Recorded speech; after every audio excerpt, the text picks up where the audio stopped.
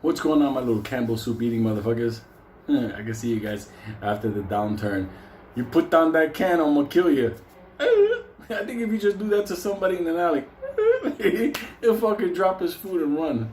Alright, I'm gonna talk about city services, emergency services, hospitals, 911, all that kind of bullshit. Look, it ain't gonna happen.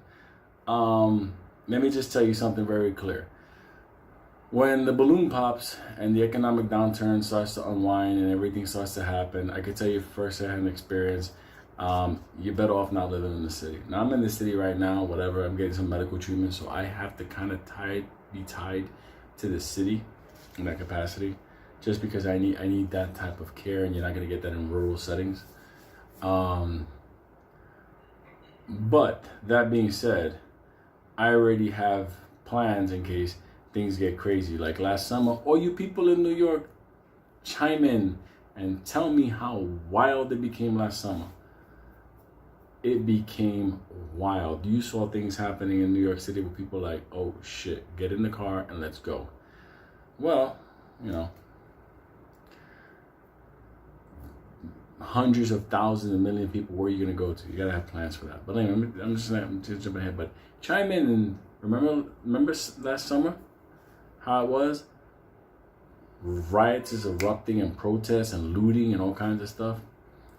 Okay, during that time, nobody gave a fuck about coronavirus.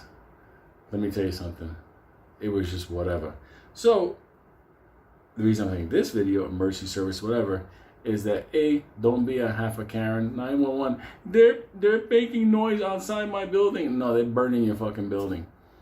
If you're a person that believes that emergency services, government services, hospitals, everything else like that are going to be operating during that time, you're out of your fucking mind. For all of my New York people, once again, remember 9/11? Huh? Imagine if you needed a fire truck up in the Bronx that day. It wasn't coming. The thing about it is that during those times, people that are in the first line responders, they got families. A lot of people are going to show up and try to work. They're going to try to put together, because there's some amazing people. You know, it's just how it is. You know, there's good and there's bad. But you have to prepare for a time when society just doesn't look right. Last summer, New York City didn't look right. I saw police barricading themselves in the precinct, terrified of the community.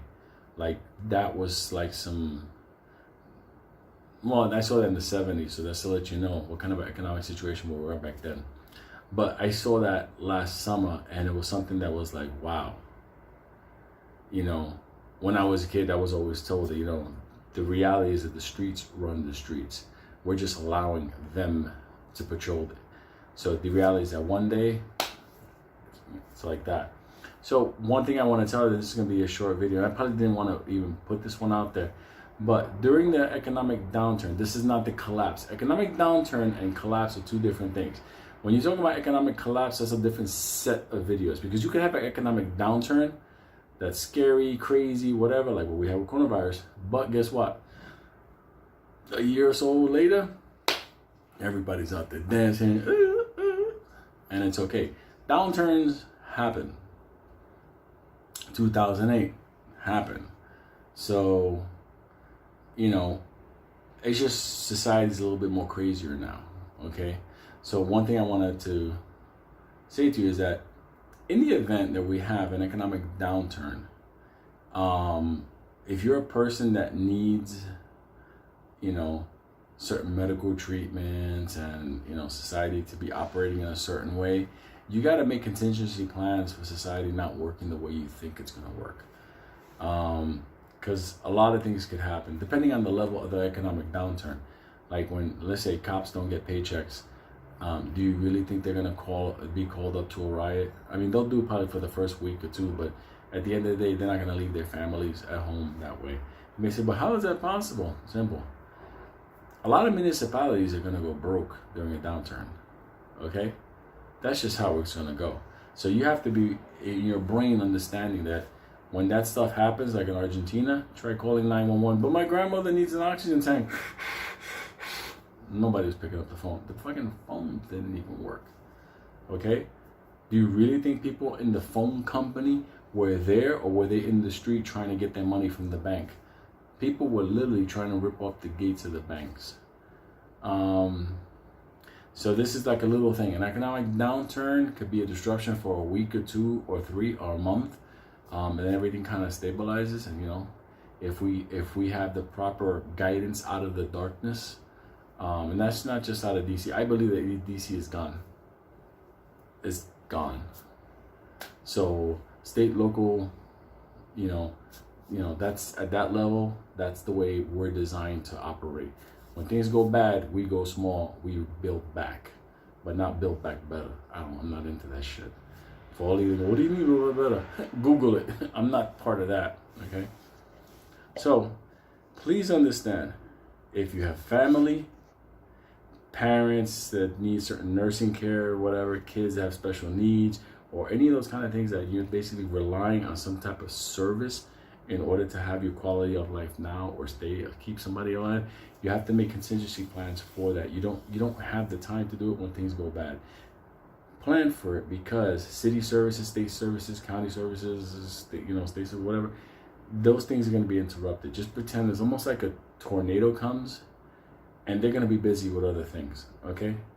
So that's one of the things. I don't think I'm going to continue with the videos, because I think that I want people to look at this and we can have conversations on it. It hasn't happened yet, so everybody can be calm and go, you know what, we're safe now. What Lou's trying to do is kind of give us a heads up that if all this market fuckery starts to unwind and the government fuckery too, come on, look at our deficit.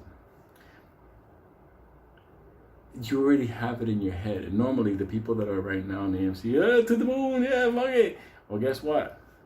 That's millions of you motherfuckers that I could help explain something. Because the mean stuff is going to end. AMC is going to pop, whatever. You'll have money.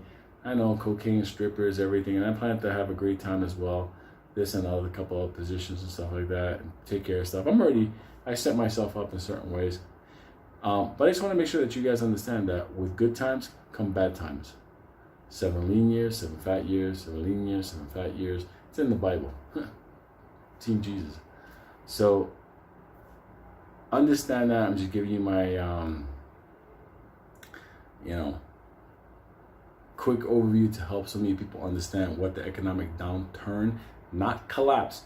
A collapse video, I will not doing it during this time. And I think that I'm probably going to do it separately. And I'm probably going to only have it on the website hosted somewhere else. Just because I will get kicked the fuck out of YouTube for that one.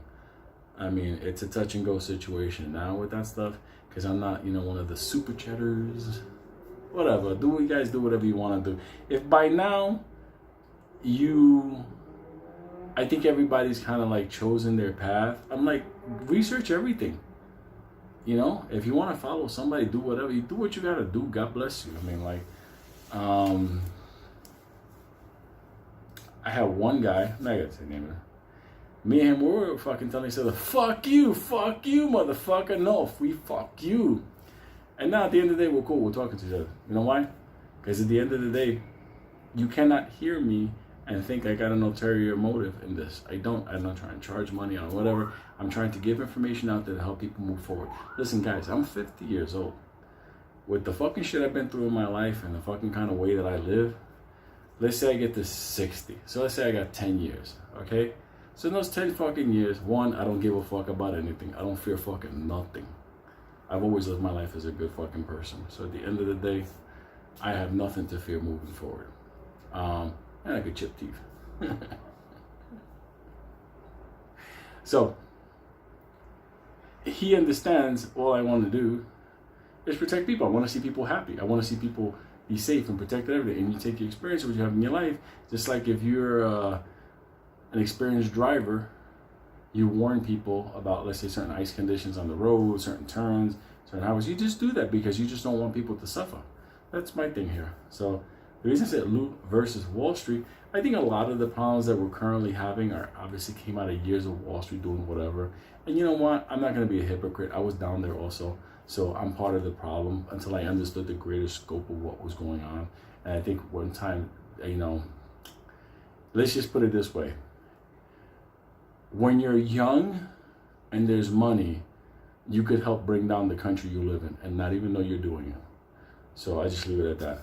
It's the deciding point after you know this, what you decide doing forward. Okay, so that's my thing.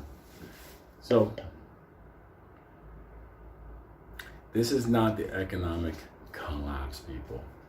Okay, could we go in that direction? A lot of shit would have to happen to go down there. America has a lot of safety mechanisms in place. Okay, states can take control, things can break down to the county level, people are very resilient. At the end of the day, what makes us Americans is because at the end of the day, no matter what happens, it's like we made it a mental pact to be with each other no matter what we are when it all comes down to it. There's a lot of problems going on, but you know, it's one of these situations where it's better that I warn you and you have it in your head and this doesn't happen and you live a happy life because you were protected, than I don't warn you and then one day it happens like Gabriel. And if he would have just listened to me, he would have been like the software engineer that was at the table with us who did listen to me. And let me just tell you a little bit about what he did. He was younger. He didn't have the money Gabriel had. Okay? His job, like Gabriel was the guy that on the ground arranged the deals. Okay? So he was underneath me. He came over to me. We would talk, whatever, and do deals. Okay? $1 million things. Okay? But the engineer guy that structured all the tech, the PSO, professional services, for you IT people, you understand this. He wasn't, you know, as well to do as Gabriel. So he was listening to me because he just, you know, for him, it was like he didn't want to get devastated. He had a wife and 2 kids. And I just told him, listen, if that happens, you know, you may want to have some cash, dollars. And I said, for bigger stuff, you know, you may want to have some gold. Small coins or whatever, but something that you could basically become your own bank. What do I mean by your own bank? Well, after the whole collapse happened and basically people became poor overnight, you know, from well-to-do to poverty, all of a sudden, he had $20,000 at home. And he had 20 coins in gold, 20 ounces. So you know what he started to do immediately? He started making out little business loans to people in order for them to buy produce and get back to, you know, the business, opening up restaurants. You know, before we used to sell, you know, everything on the menu, and now it's just coffee and a couple of sandwiches. But guess what? Where did that money come from to start the business? So he became almost like a little local bank. Okay? And those payments back with the, you know, the little fee, the interest on top, he was making a good money. And then he turned around and he bought a very nice building that basically the owner said, fuck it, I'm disappearing. And he bought the building and turned it into a hotel. And today, him and his wife, okay, him and his wife and the 2 beautiful daughters run that hotel. And that hotel in Recoleta would not be their possession if he would have listened to what I was saying that day at the Chinese restaurant in Silicon Valley, thousands of miles away. So think about it. The poor kid, he listened. Gabriel, the stuck up full of shit, thought he fucking knew it all after so many years. He got wiped the fuck out because he didn't want to take some free advice that wouldn't kill him. Okay? And for all you that want to know what happened to him, let's just put it this way. I don't know. The company was never able to track him down. Argentina went to a spree of kidnappings and everything else like that. Never saw him again. You know, it's not like the company wasn't ready to send the money. The company was ready to do everything it had to do because he was one of the people, you know, that we had down there. I made sure that money was going to go to him. But guess what? Never heard from him again. Don't become Gabriel. Okay? Gabriel. Because things could get very interesting. So that's all I'm saying. Now, once again, for all the haters out there, on this channel, these people, I do AMC stuff, trust me. I do AMC stuff that nobody else does. You know why? Because I'm in communications with everybody. So for the AMC, but I need my AMC information. Trust me, if I hear it, I say it. I don't give a fuck. I've done a lot for the people to understand what the value of being an AMC is. I've done a lot to protect people's, emotions in this. But I think at the end of the day, I think everybody's learned and understand this is still going to be worth thousands. So the AMC is protected. I'm not worried about that. I don't even think about like whatever. When it goes into the hundreds, then I'm like, okay. Then I pay attention because that's when I'm looking to, eventually press the button. Because once we slip into the thousands, that's the time when all of us are going to be by ourselves going, so. I know 10,000, 20, or 500, whatever. Like I said, do what you got to do. Do what you got to do. But I just wanted to put this message out there to help you people understand. One, the city services, specialized care, whatever, the 911, all that stuff could be interrupted.